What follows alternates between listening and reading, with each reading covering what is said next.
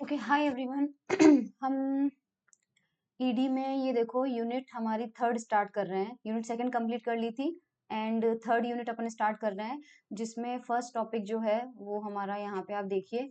Chapter का नाम है, ये जेडी जैक्सन का थर्ड एडिशन जो है वो बुक यूज कर रही हूँ मैं। Multipoles electrostatics of macroscopic media dielectrics, ये चैप्टर का नाम है। तो सबसे पहले इस चैप्टर के अंदर फर्स्ट टॉपिक आता है अपना multipole expansion.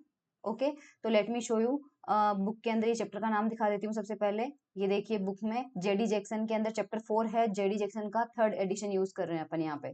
Okay, J D Jackson का थर्ड एडिशन है multipole electrostatics of macroscopic media and dielectrics, और उसमें हमारा फर्स्ट टॉपिक है multipole expansion as per the syllabus. Okay, तो हम यहाँ से स्टार्ट करते हैं। इसमें थोड़ा सा आपको समझाने में दिक्कत होगी, but okay we will try. देखो यहाँ स्टार्ट कर रहे हैं डायरेक्टली फॉर्मूले से। मल्टीपल एक्सपांशन के अंदर इसका एक इजी डेरिवेशन भी है, लेकिन क्योंकि इसके आगे के जितने भी टॉपिक्स हैं वो सब इन फॉर्मूलेज पे डिपेंड कर रहे हैं, इसलिए हमें बेटर है कि ये पूरा चैप्टर, ये पूरी यूनिट हम जेडी जैक्सन से करेंगे, किसी और बुक को अपन यहाँ पे रेफर नहीं करेंगे। So a localized distribution of charge is described by a charge density rho x prime। तो यहाँ पे क्या कहा जा रहा है कि एक लोकलाइज्ड चार्ज डिस्ट्रीब्यूशन है। सपोज आपके पास में कोई वॉल्यूम दे दिया और उसके अंदर आपके पास लोकलाइज्ड चार्ज, जो भी चार्ज है इसके अंदर चार्ज जो है वो स्प्रेड हुआ है किसी वॉल्यूम में, पर्टिकुलर वॉल्यूम में, और उसकी चार्ज डेंसिटी जो है वो है रो। और यहाँ ब्रैकेट में वेक्टर में लिखा हुआ है एक्स प्राइम। एक्स प्राइम ठीक है, एक्स प्राइम का मतलब है कि जो चार्ज की लोकेशन है वो एक्स प्राइम से रिप्रेजेंट कर रहे हैं, which is non-vanishing only inside a sphere of radius r around some origin। ये बहुत इंपॉर्टेंट है। यहाँ पर कहा जा रहा है कि ये जो चार्ज है आपका, ये सिर्फ एक कैपिटल आर रेडियस का स्फेयर है, उसके अंदर तो आपको चार्ज मिलेगा। सपोज उसके अंदर तो चार्ज जो है वो मिलेगा, लेकिन उसके बाहर चार्ज कुछ भी नहीं है। क्योंकि इस लाइन का मतलब समझिए, which is non vanishing only, यानी नॉन वेनिश है केवल कहाँ पे, inside a sphere of radius R around some origin. कोई ओरिजिन मान लिया अपन ने, उसके चारों तरफ जो है कैपिटल आर रेडियस का स्फेयर ड्रॉ किया है, उस स्फेयर के अंदर हमारे पास चार्ज डिस्ट्रीब्यूशन है with charge density rho x prime. तो हमें क्या करना है, इस स्फेयर के बाहर किसी पॉइंट पर पोटेंशियल निकालना है। The potential outside the sphere can be written as an expansion in spherical harmonics given by 4.1। अब ये जो 4.1 इक्वेशन है ये डायरेक्टली कैसे आई, तो ये समझने के लिए आपको सबसे पहले नीचे वाला फॉर्मूला देखो, बिकॉज नीचे वाला फॉर्मूला हमें आता है। हम जानते हैं कि अगर ये इतना आर रेडियस के स्फेयर में फैला हुआ चार्ज नहीं होता, और अगर केवल चार्ज होता पॉइंट चार्ज क्यू, तो हम सीधा बाहर फॉर्मूला लिखते इसका के क्यू अपॉन आर। करेक्ट, हम क्या लिखते पोटेंशियल का फॉर्मूला के क्यू अपॉन आर। तो फाई का जो फॉर्मूला है उसमें के तो यहाँ पे है, क्यू को हम जानते हैं कितना होता है, इंटीग्रेशन एंड रो डीवी, जितना भी है डीवी वॉल्यूम का अंदर। अब हमारे पास डी क्यू चार्ज है तो टोटल चार्ज कितना हो जाएगा, रो डीवी। सो यहाँ पे आ गया रो, और यहाँ पे वॉल्यूम आ गया d3x, और नीचे हमारे पास ऑब्जर्वेशन पॉइंट और जहाँ पे चार्ज डिस्ट्रीब्यूशन पॉइंट है उन दोनों के बीच की डिस्टेंस जो है वो x माइनस एक्स प्राइम हमने प्रीवियस लेक्चर्स में कर रखा है। सो जनरल फॉर्मूला तो हम ये जानते हैं पोटेंशियल का, विच इज के क्यू बाय आर, लेकिन हम ये जो 4.1 में है ये नहीं जानते। तो 4.1 वाला फॉर्मूला कहाँ से आया, इसकी थोड़ी सी हिस्ट्री, थोड़ा सा बैकग्राउंड अपन पढ़ते हैं। ओके, जेडी जैक्सन का एक थर्ड चैप्टर है, चैप्टर नंबर 3, जो कि स्फेरिकल हार्मोनिक्स पे बेस्ड है। वहां पे यहाँ पे मैंने ये जो यहाँ पे स्क्रीन पे आपको दिख रहा है, ये जेडी जैक्सन का चैप्टर नंबर 3 है, उसका एक रिजल्ट यूज कर रही हूँ मैं। आपको बस ये रिजल्ट बताना चाहती हूँ, क्योंकि वो हमारे पास जो इक्वेशन थी 4.1 वो कहाँ से आई थी, उसका थोड़ा सा बैकग्राउंड बताना चाहती हूँ। सो यहाँ पे आप ये देखिए एक बार, इक्वेशन नंबर 3.38, यहाँ पे 1 upon x minus x prime की वैल्यू जो है वो इस फॉर्म में है। क्या दिया हुआ यहाँ पे, summation l is equals to 0 to infinite. Correct, and यहाँ पे आर, नीचे ये लेस देन का साइन है एंड उसकी पावर एल है, और यहाँ पे आर ग्रेटर देन का साइन है और इसकी पावर है l plus one. And then यहाँ पे हमारे पास लेजेंड्रे जो पोलिनोमियल्स है पीएल और कॉस गामा, और जो गामा है वो प्रीवियस लेक्चर में जो मैंने समझाया था वही है, और PL cos gamma legendary polynomials है, यानी 1/x माइनस एक्स प्राइम को इस वाले एक्सप्रेशन से हम लिख सकते हैं। अब यहाँ पे आर लेस देन और आर ग्रेटर देन कौन सी डिस्टेंसेस है वो यहाँ पे क्लियर है। देखो, वेयर आर लेस देन और greater than is the smaller और larger of x and x prime, and gamma is the angle between x and x prime shown in figure 3.3। तो ये फिगर आप देख लीजिए एक बार, हमारे पास में जो एक्स प्राइम है ये यहाँ पे कहा जा रहा है जो आर लेस देन है और आर ग्रेटर देन है। ये क्या क्या डिस्टेंसेस है, ये आपके पास है। आर लेस देन है, it is smaller of x, ये एक्स डिस्टेंस जो है यहाँ पे एक्स डिस्टेंस है, इसकी आर जो है वो लेस देन या ग्रेटर देन जो है वो वैल्यू हो जाएगी इससे ज्यादा। और यहाँ पे लोकेशन है एक्स प्राइम और इसकी जो वैल्यू है वो कितनी है हमारे पास में, जो आर ग्रेटर देन है वो larger of ex prime. Correct, यानी कि जो आपका जो आर ग्रेटर देन है बेसिकली वो प्राइम कोऑर्डिनेट को रिप्रेजेंट कर रहा है। आर ग्रेटर देन वाला पार्ट यहाँ पे जो लाइन लिखी हुई है कि आर लेस देन जो है it is smaller of magnitude of x, और ये जो है it is larger of ex prime. आप इसको मतलब इतना ही समझ लीजिए, आर ग्रेटर देन जो है वो प्राइम कोऑर्डिनेट को रिप्रेजेंट करेगा, आर लेस देन अपना सिंपल एक्स को रिप्रेजेंट करेगा। इसका मतलब यहाँ पर दो चीजें हैं, प्राइम वाला जो पार्ट है वो हमारा लोकेशन किसको रिप्रेजेंट कर रहा था, जहां पे चार्ज रखा हुआ है। सो डोंट फॉरगेट कि जब आप आर ग्रेटर देन लेंगे तो वो आपका वो वाला पॉइंट है जहां पे प्राइम रखा हुआ है। ठीक है, सो ये चीजें अपन को जो है याद रखनी है यहाँ पर। R less than is smaller और larger of x and x prime. ठीक है, इतना हमारे पास हो गया। आई होप मैंने सही लिखा है बिल्कुल। इसके बाद जो चीज हमें काम में लेनी है वो अगेन एक रिजल्ट यूज कर रही हूँ मैं। इनके डेरिवेशन आप जेडी सेक्शन में देख लेना, बट ये सिलेबस में नहीं है इसलिए मैं पूरा डेरिवेशन नहीं करवा रही हूँ। दिस इज इक्वेशन नंबर 3.70, ये चैप्टर नंबर 3 में है। 3.70 में अगेन आपके पास एक एक्सप्रेशन आता है 1/x माइनस एक्स प्राइम का, और यहाँ पर यूज किया गया है एडिशन थ्योरम। तो आपको ये एडिशन थ्योरम का जो रिजल्ट है वो हम डायरेक्टली यूज कर रहे हैं। I am not deriving this theorem, I am just using the result of this addition theorem. So addition theorem कहती है कि 1/x माइनस एक्स प्राइम को इस एक्सप्रेशन के फॉर्म में लिखा जा सकता है। ठीक है, तो इसका डेरिवेशन अगर करना है तो जेडी जैक्सन का चैप्टर नंबर 3 जो है वो आपको पढ़ना पड़ेगा, क्योंकि अपन ने जो 4.1 पढ़ा है उसमें चैप्टर नंबर 3 के सारा जितने भी डेरिवेशन है वो सारे आ जाएंगे, वो हम नहीं करने वाले हैं। अगेन यहाँ पे 1/x माइनस एक्स प्राइम का एक एक टर्म देखते हैं। सबसे पहले क्या लिखा हुआ है यहाँ पे 4 पाई। ठीक है, देन समेशन एल पे लगा है 0 to infinity, then summation m पे लग रहा है, एम की वैल्यू हम जानते हैं -L टू L जाती है, देन 1/2L+1 लिखा हुआ है, एंड देन ऊपर लिखा हुआ है आर लेस देन उसकी पावर एल है और आर ग्रेटर देन उसकी पावर L+1 है। यहाँ स्फेरिकल हार्मोनिक्स है वाई स्टार और यहाँ पे सिंपल है वाई। ठीक है, ये एडिशन थ्योरम है, हमें इसकी भी जरूरत पड़ेगी तो हम इसको भी अभी याद रख लेते हैं। मैं एक जगह लिख लेती हूँ इसको। ओके, सो अब हमें क्या करना है, यहाँ पे 3.70 से 1/x माइनस एक्स प्राइम की वैल्यू हमारे इस वाले फॉर्मूले में लिखनी है जो हमने पोटेंशियल का फॉर्मूला पढ़ा था, रो dv upon x minus x prime. ठीक है, तो यहाँ पे जो वैल्यू है वो 3.70 से उठा के अपन रख देंगे और फिर हमारा फाई क्या बनता है हम वो देखेंगे। सो ये हमारा टॉपिक आ गया मल्टीपोल एक्सपांशन। इसमें हमें 4.1 को लाना है कि 4.1 कैसे आया, तो हम सीधा ये सेकंड वाली इक्वेशन है इस पे चलेंगे। इसमें हम ये x माइनस एक्स प्राइम की जगह वैल्यू पुट करूंगी मैं। ओके, तो हम यहाँ पे आ जाते हैं। ये हमने दोनों वैल्यू जो ऊपर मैंने 1/x माइनस एक्स प्राइम की एक तो ये वैल्यू बताई थी आपको, और स्फेरिकल हार्मोनिक्स में अभी थोड़ी देर पहले आपको ये वैल्यू बताई थी। लेकिन अब हम रखेंगे हमारे जनरल पोटेंशियल में। जनरल पोटेंशियल हमारा फाई होता है 1/4 pi epsilon naught rho x prime d cube x prime divided by x minus x prime. Addition theorem से ये वैल्यू यहाँ पर पुट कर देंगे तो हमारा फाई क्या आ जाएगा, देखो हमारा फाई आ जाएगा 1/4 pi epsilon not integration row x cube d3x prime. और अब देखो ये 1/x माइनस एक्स प्राइम की जगह ये पूरी वैल्यू में पुट कर रही हूँ। ठीक है, so this is 4 pi and summation दो लगे हुए हैं, एक समेशन एल पे है एक समेशन एम पे है, उसकी वैल्यूज ऊपर लिखी हुई है 1/2L+1, और ये है आर लेस देन एल और ये है आर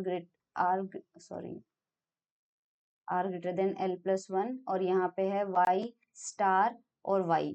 ठीक है, ये अपन ने लिख लिया। अब इसको रीअरेंज करेंगे, 4 पाई से 4 पाई आपका कैंसिल आउट हो जाएगा। ठीक है, रीअरेंज करने के बाद हमें बाहर मिलेगा 1/ε0। एक तो हम ये करेंगे, ठीक है, समेशन को बाहर लेके आएंगे इंटीग्रेशन से, तो समेशन हम एक ही, मैं समेशन लगा रही हूँ समेशन को एल और एम, इसका मतलब दोनों समेशन लग गए हमारे एल और एम पे। उसके बाद 1 बाय समेशन के अंदर 2L+1 आएगा ही आएगा हमारे पास में। उसके बाद हम रिमेनिंग टर्म को इंटीग्रेशन के अंदर लेते हैं। तो इंटीग्रेशन हमारा लगा हुआ है, इंटीग्रेशन में सबसे पहले मैं आर वाले टर्म लिख रही हूँ, ठीक है। R less than l and R greater than l plus one, ये आर वाले टर्म लिख दिए। अब मैं वाई वाले टर्म लिख रही हूँ, ठीक है। So y l m star and y l m हो जाएगा हमारे पास में। उसके बाद हमारे पास ये रो वाले टर्म भी लिखने हैं हमें, ठीक है। So rho x prime and d three x prime और इसको स्क्वायर ब्रैकेट में क्लोज कर दो। आई होप यहाँ तक कोई दिक्कत नहीं है। अब हमें क्या करना पड़ेगा, outside the charge distribution, outside the charge distribution, just a minute. देखो चार्ज डिस्ट्रीब्यूशन के बाहर अपन क्या लेंगे, चार्ज डिस्ट्रीब्यूशन के बाहर मैंने पहले भी कहा था कि जो आर लेस देन है, आर लेस देन वाले डिस्टेंस को अपन क्या लिखेंगे, आर प्राइम से रिप्रेजेंट करेंगे, क्योंकि जिस पे लेस देन लगा हुआ था वो चार्ज डिस्ट्रीब्यूशन की लोकेशन को रिप्रेजेंट कर रहा था, और जो ग्रेटर देन है वो हमारा ऑब्जर्वेशन पॉइंट को रिप्रेजेंट कर रहा था, तो इसको अपन आर से रिप्रेजेंट करेंगे। तो यहाँ पे हम मैं पहले ही बता चुकी हूँ कि आर लेस देन जो है वो इनसाइड, अब ये यहाँ पे ध्यान रखना कि क्या क्या रिप्रेजेंट कर रहा है। अब यहाँ पे अपन को एक चीज समझनी है, देखो यहाँ पे आपको कंफ्यूजन नहीं हो इसलिए मैं एक चीज बताती हूँ। बहुत क्लियर वर्ड में मैं आर प्राइम की डेफिनेशन लिख रही हूँ। Inside the distribution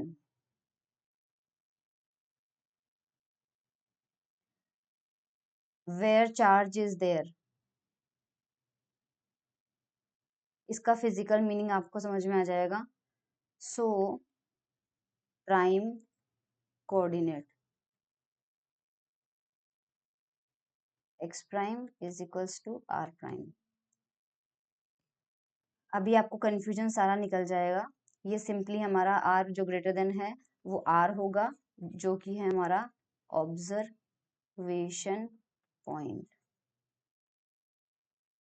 so simply x is equals to R. अब ये डेफिनेशन समझना, जिस पे लेस देन का साइन लगा हुआ है, लेस देन का मतलब है कि जो हमने स्फेयर लिया है आर रेडियस का, कैपिटल आर रेडियस का, तो ये डिस्ट्रीब्यूशन के अंदर की दूरी को बता रहा है। डिस्ट्रीब्यूशन के अंदर कहीं पर भी कोई भी डिस्टेंस ले लोगे, कोई भी, जैसे यहाँ पर इस पॉइंट ले लिया, ये जो है ओरिजिन से डिस्टेंस है वो आर लेस देन हो जाएगा। तो डिस्ट्रीब्यूशन के अंदर जहां पर भी आप कोई भी पॉइंट को लोकेट करोगे तो उस पॉइंट पर आपको प्राइम लगाना ही पड़ेगा, क्योंकि हमने पहले ही बोल दिया था कि जहां चार्ज रखा हुआ है उसकी लोकेशन एक्स प्राइम से दी जाएगी, और जहां पर आपको पोटेंशियल फाइंड आउट करना है उसकी लोकेशन एक्स से दी जाएगी। तो हमारे पास अगर हम चार्ज डिस्ट्रीब्यूशन के अंदर जा रहे हैं, चार्ज डिस्ट्रीब्यूशन के अंदर को कोई पॉइंट लोकेट कर रहे हैं, तो हमें क्या प्राइम वाला कोऑर्डिनेट लेना पड़ेगा। इसलिए एक्स प्राइम आर प्राइम होगा, और आर लेस देन जो है वो प्राइम को, इसलिए आर लेस देन पे आर प्राइम लगाया है। देखो ये आर प्राइम लगाया क्योंकि ये चार्ज की लोकेशन को रिप्रेजेंट कर रहा है, और आर ग्रेटर देन जो है वो ऑब्जर्वेशन पॉइंट को रिप्रेजेंट कर रहा है, और ऑब्जर्वेशन पॉइंट पे प्राइम नहीं लगा हुआ था।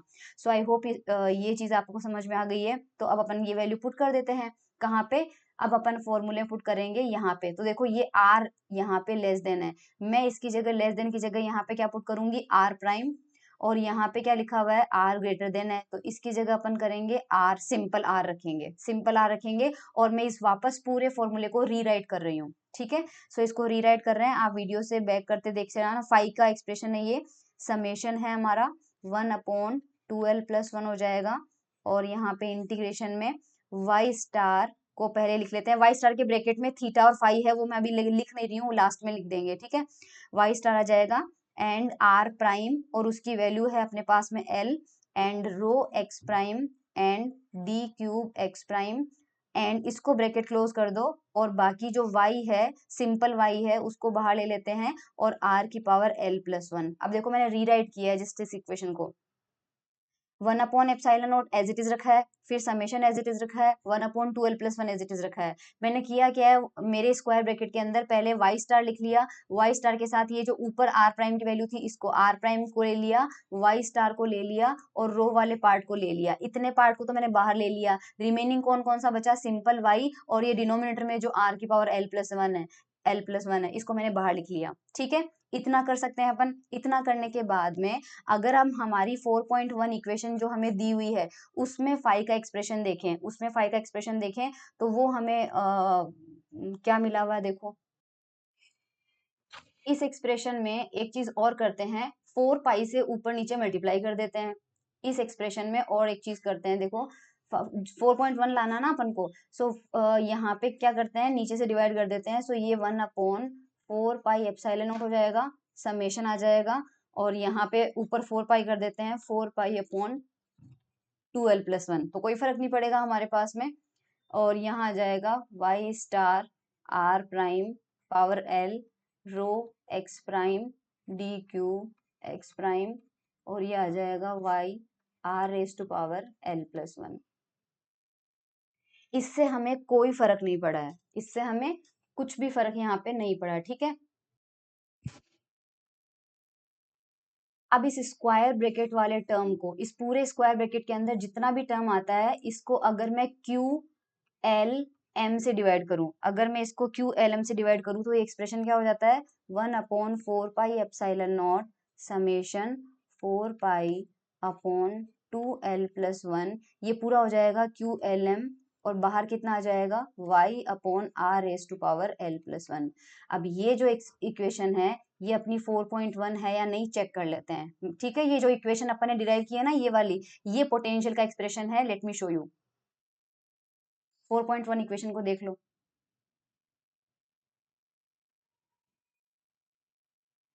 4.1 इक्वेशन में वही मिल रहा है क्या आपको,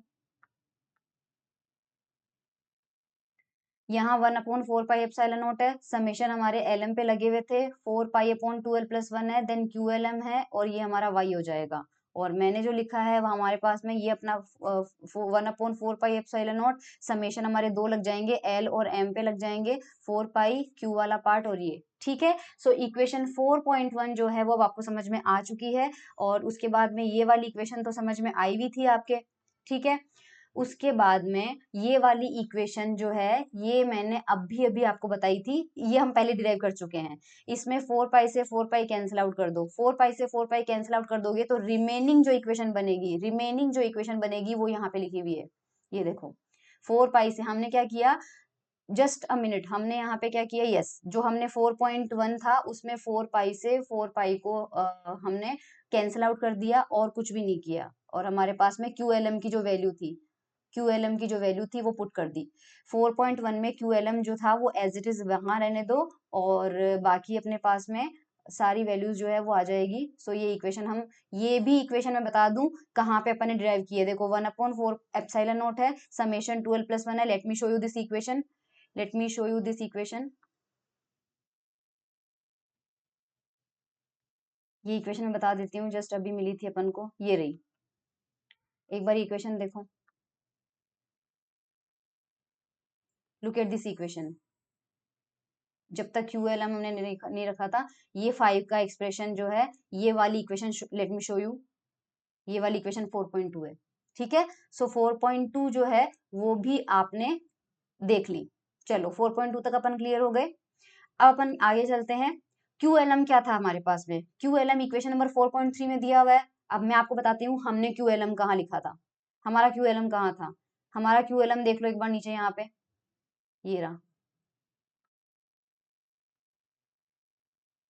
दिस वाज अवर QLM, जो रेड कलर के सर्कल में कर रही हूँ, ये पूरा QLM है। और अब बुक के अंदर QLM की एक्सप्रेशन क्या है, यस सेम है, 4.3 में देख लो, ये हमारा QLM हो गया। तो आई होप यहाँ तक अपन को कोई इशू नहीं है, लेकिन अब यहाँ पे कुछ थोड़े बहुत LM की वैल्यूज पुट करके Q की वैल्यूज दी हुई है, तो मैं एक हाथ बता देती हूँ आपको, उससे आपको समझ में आ जाएगा। जब भी हमें QLM निकालना पड़ेगा, तो सबसे पहले ये देखो क्या रख रहे हैं, Q00, यानी कि L इज इक्वल टू 0 रखा है, और M इज इक्वल टू 0 रखा है, क्योंकि Q L और M की वैल्यू है।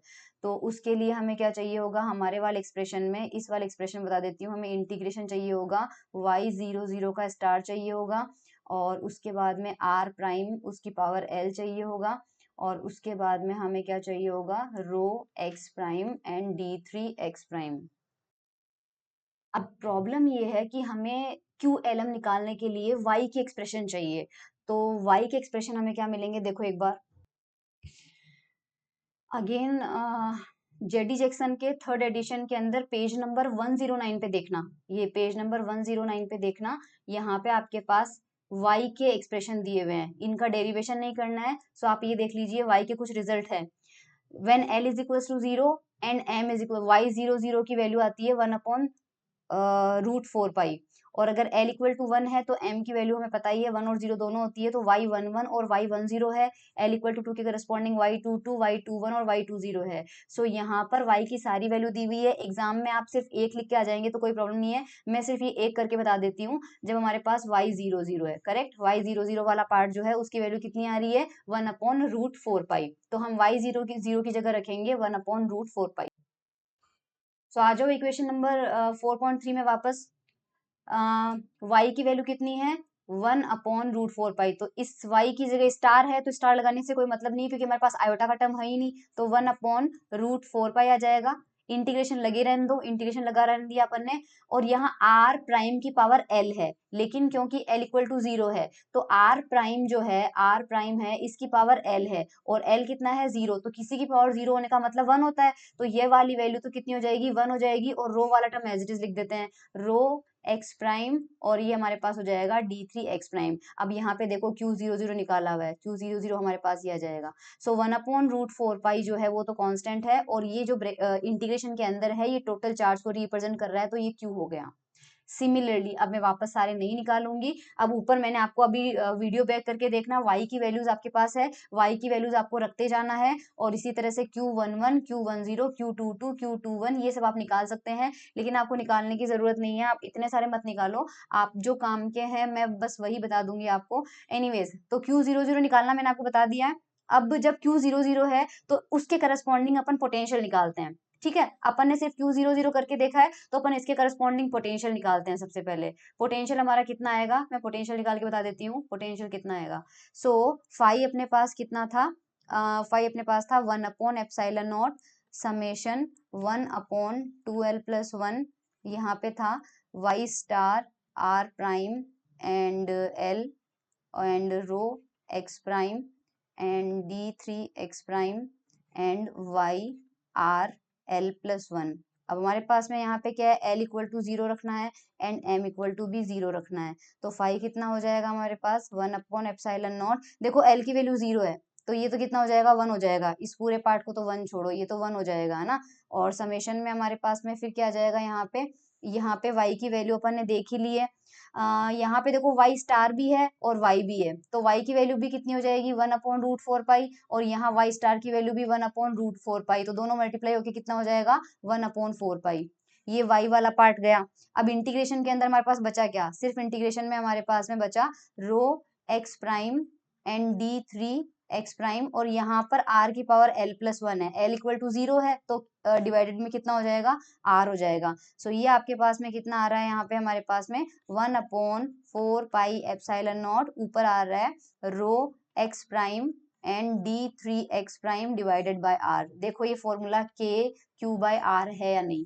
सो ये जो पोटेंशियल हमें मिला है ये बेसिकली हमें मिला है एक सिंगल चार्ज की वजह से, पॉइंट चार्ज की वजह से, किसी डिस्टेंट पॉइंट पे पोटेंशियल की वैल्यू, दैट इज वाई इस क्यू को, दैट इज वाई ये जो पार्ट है इस क्यू को हम बोलते हैं मोनोपोल मोमेंट। इसलिए जो क्यू एल एम था उसमें जब क्यू की वैल्यू 0 होगी तो ये हमारा क्या हो जाएगा मोनोपोल मोमेंट, क्योंकि ये जो पोटेंशियल दे रहा है वो बिल्कुल वैसे पोटेंशियल दे रहा है जैसे कि चार्ज डिस्ट्रीब्यूशन फैला हुआ नहीं है बल्कि वहां एक पॉइंट चार्ज रखा हुआ है। सो ये चीज आपको समझ में आ गई होगी। अब हमारे पास में क्या करना है, जो काम की चीजें बस बता देती हूँ आपको। तो हमारे पास में यहाँ पे Q हमारा जो है वो टोटल चार्ज है और उसको अपन मोनोपोल मोमेंट बोलेंगे। इसी तरह से जो आगे आएगा Q LM की वैल्यू अपन ने निकाल ली थी, इसमें Q00 यानी 0 वाला पार्ट जो मोनोपोल मोमेंट है, जब Q के हायर ऑर्डर टर्म आते हैं तो हमारे पास उसमें अपन P रिप्रेजेंट करते हैं। P हमारा इलेक्ट्रिक डाइपोल मोमेंट होगा और P का एक्सप्रेशन होगा इंटीग्रेशन x प्राइम रो d3x प्राइम। और ये मैं आपको बता देती हूँ ये कहाँ पे आएगा, Q10 में आएगा। देखो Q10 में जब l इक्वल टू 1 रखोगे, जब l इक्वल टू 1 रखोगे तो एक्सप्रेशन में आपको इस तरह से मिलेगा, एक्सप्रेशन में आपको इस तरह से मिलेगा। इसमें आप देखो यहाँ पे रो डी क्यूब जो है ये तो पार्ट रिप्रेजेंट करेगा Q को और ये पार्ट रिप्रेजेंट करेगा डिस्टेंस को। और आप जानते हो डाइपोल मोमेंट क्या होता है, चार्ज इनटू डिस्टेंस। सो Q10 के अंदर आपके पास जो आ रहा है वो डाइपोल मोमेंट आ रहा है, लेकिन यहाँ पे डिस्टेंस z डायरेक्शन में है इसलिए इसको लिख दिया pz। ठीक है, तो ये अपने पास क्या हो जाएगा डाइपोल मोमेंट। ये अपने पास क्या हो जाएगा, डाइपोल मोमेंट। तो जिस तरह से मोनोपोल मोमेंट आता है, आगे और हायर ऑर्डर में जाते हैं, एल और एम की वैल्यूज और हायर ऑर्डर वाली पुट करते हैं तो डाइपोल मोमेंट आता है। उसी तरह से Q22, 21 और 20। अब आप यहाँ पे ये चीज, एक चीज ध्यान रखनी है, इसमें भी कैपिटल क्यू आ रहा है, इसमें भी कैपिटल क्यू आ रहा है, इसमें भी कैपिटल क्यू आ रहा है। इससे हम एक जनरलाइज रिजल्ट निकाल सकते हैं कि जब हमने Q00 निकाला, इसका मतलब ये हमारा QLM था और हमने L इक्वल टू 0 पुट किया। L इक्वल टू 0 पुट करने से हमें क्या मिला, मोनोपोल मोमेंट मिला। और हमने अभी भी देखा Q10 में हमारे पास L इक्वल टू 1 के करस्पॉन्डिंग जो हमें मिला वो हमें डाइपोल मोमेंट मिला। बस इसी तरह से हम कह सकते हैं कि Q20 हो चाहे 21 हो चाहे 22 हो, यानी जब L इक्वल टू 2 होगा हमारे पास, तो हमारे पास मिलेगा हमें क्वाड्रुपोल मोमेंट। आपने बीएससी के अंदर भी इसका सिंप्लीफाइड वर्जन देखा होगा, बस ये कहना वही चाह रहा है। सो L इक्वल टू 0 के corresponding monopole moment, L equal to 1 के corresponding dipole moment, L equal to 2 के करस्पॉन्डिंग क्वाड्रुपोल मोमेंट आपको मिलेंगे। और इससे भी ऊपर जाएंगे तो हमें ऑक्टापोल मोमेंट और इस तरह से हाई ऑर्डर मिलेंगे। अब हम यहाँ पे 4.8 में डाइपोल मोमेंट लिख लिया। उसी तरह से जो हमारा कैपिटल क्यू है वो क्वाड्रुपोल मोमेंट होता है और उसका एक्सप्रेशन ये होता है 4.9। और ये एक्सप्रेशन कहाँ से आया, जो ऊपर हमारे पास फॉर्मूले में था,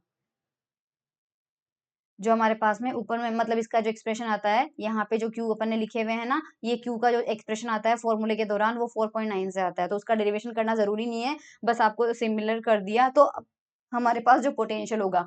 तो ये हमने L इक्वल टू 1 कर लिया, L इक्वल टू 0 कर लिया और L इक्वल टू 2 कर लिया। इसका मतलब है कि L इक्वल टू 3 पॉसिबल है, L इक्वल टू 4 में पॉसिबल है, L इक्वल टू 5 भी पॉसिबल है, कितने भी L पॉसिबल है। तो we see that Lth multipole coefficient, Lth multipole coefficient, उसके लिए नंबर कितना आएगा, 2l+1 आएगा नंबर में, are linear combination of corresponding multipole. इसका मतलब जो पोटेंशियल है उसके अंदर L इक्वल टू 0 वाली टर्म आएगी सबसे पहले, और वो टर्म हमारे पास है KQ/R। फिर L इक्वल टू 1 वाली टर्म आएगी जो आ जाएगा 1/4 और P dot x upon R, क्योंकि आप जानते हैं कि पोटेंशियल ड्यू टू डाइपोल कितना होता है, KP cos theta upon R, KP cos theta upon R square आपने पढ़ा है, राइट। और KP cos थीटा में हमारे पास में ऊपर R से मल्टीप्लाई कर दूं और नीचे R से मल्टीप्लाई कर दूं, ये हो जाएगा। अब P R cos थीटा को आप सिंपली क्या लिख सकते हैं, P डॉट R। तो P डॉट R और नीचे कितना आ रहा है, R क्यूब। तो यहाँ पर देखो P डॉट R की जगह कितना आ जाएगा, P डॉट x, और नीचे कितना आ जाएगा, R क्यूब, और बाहर कितना है 1/4πε0। सो L इक्वल टू 1 के करस्पॉन्डिंग हो गया। सिमिलरली जो थर्ड पार्ट है वो L इक्वल टू 2 के करस्पॉन्डिंग है और वो क्वाड्रुपोल मोमेंट है। सो यहाँ पे आपके पास मोनोपोल की वजह से L इक्वल टू 0, ये L इक्वल टू 1 और ये L इक्वल टू 2, और ये सीरीज बढ़ती जाएगी क्योंकि आगे हमारे पास L equal to 4, 5, 6, 7 higher order वाले टर्म मिलते जाएंगे। तो ये जो एक्सपांशन है 4.10, ये आपके पास मल्टीपोल एक्सपांशन कहलाता है। ठीक है, ये आपके पास में क्या कहलाता है, मल्टीपोल एक्सपांशन कहलाता है। इसमें हमें इलेक्ट्रिक फील्ड वाला करने की जरूरत तो नहीं है। मल्टीपोल एक्सपांशन में सिर्फ आप पोटेंशियल का ही मल्टीपोल एक्सपांशन अपन को करना है। सो ये वाला डेरिवेशन जो है वो छोड़ दो, बाकी एक्स्ट्रा डेरिवेशन मैं नहीं करवा रही हूँ क्योंकि हमारे पास में इससे रिलेटेड जब क्वेश्चन आएंगे तो मैं क्वेश्चन करवा दूंगी। Well this was all about potential.